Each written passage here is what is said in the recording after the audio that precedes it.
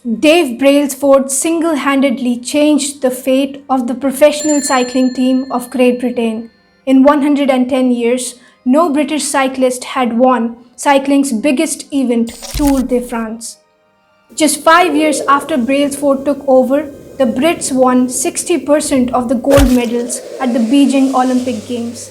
4 years later, they set 9 Olympic records and 7 world records. The same year, Bradley Wiggins became the first British cyclist to win the Tour de France. How did this happen? The whole idea was if you broke down everything that goes into riding a bike and improve it by 1% each, you will get a significant improvement when you look at the whole thing altogether. Brailsford made tiny changes like redesigning the cycle seats to make them more comfortable, rubbing alcohol on the tires to improve grip, and wearing electrically heated shorts to maintain optimum muscle temperature. Whether it is writing a book, losing weight, or starting a business, people give much more importance to some groundbreaking advancement, whereas improvements by 1% isn't particularly notable. Sometimes it is not even noticeable. But that is what makes the difference in the long run. Here's how the math works. If you get 1% better each day for 1 year, you will be 37 times better when you're done. Conversely, if you get 1% worse each day, you will reduce to nearly zero. Your outcomes are a lagging measure of your habits. Your net worth is a lagging measure of your financial habits. Your weight is a lagging measure of your eating habits. You get what you repeat, and your habits can either compound for you or against you. Breakthrough moments are often a result of many previous actions. Cancer spreads 80% of its life duration undetectable and suddenly takes over the whole body. Similarly, habits often appear to make no difference at all until you cross a critical threshold and unlock a whole new level of performance.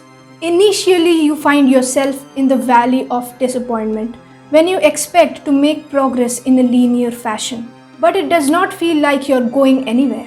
This is one of the core reasons why is it so hard to make habits that last. In order to make some meaningful difference, your habits need to persist long enough to break through this plateau called the plateau of latent potential. And when you cross that, people will call it overnight success.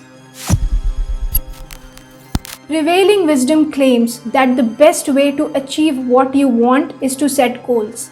The reason that this does not work is that goals are about what you want to achieve, whereas systems are about what is the process you're going to follow to achieve your goals. If you are an entrepreneur, your goal might be to build $1 million business, whereas your systems could look something like how you would hire your employees or how you would test the new designs. If you want better results, set aside time designing your systems. But what exactly is the problem with setting goals and why building systems is the way to go? Problem number 1. Winners and losers have the same goals. Every Olympian wants to win the gold medal. Every candidate wants to get the job. And if both the successful and unsuccessful persons have the same goals, then the goals cannot be what differentiates them. It is the systems that lead to continuous small improvements and differentiate between them. Problem number 2. Achieving a goal is only a momentary change. Imagine you're cleaning your room. If you get a burst of motivation, you would tidy it up. But if you don't change your habits that led to that unclean room, you would soon be looking at a new pile of clutter. You're left chasing the outcome because you never changed the system behind it. Problem number 3. Goals restrict your happiness. The undertone of any goal setting is that once I reach my goal, I will be happy. You're putting off happiness as something that is there in the future.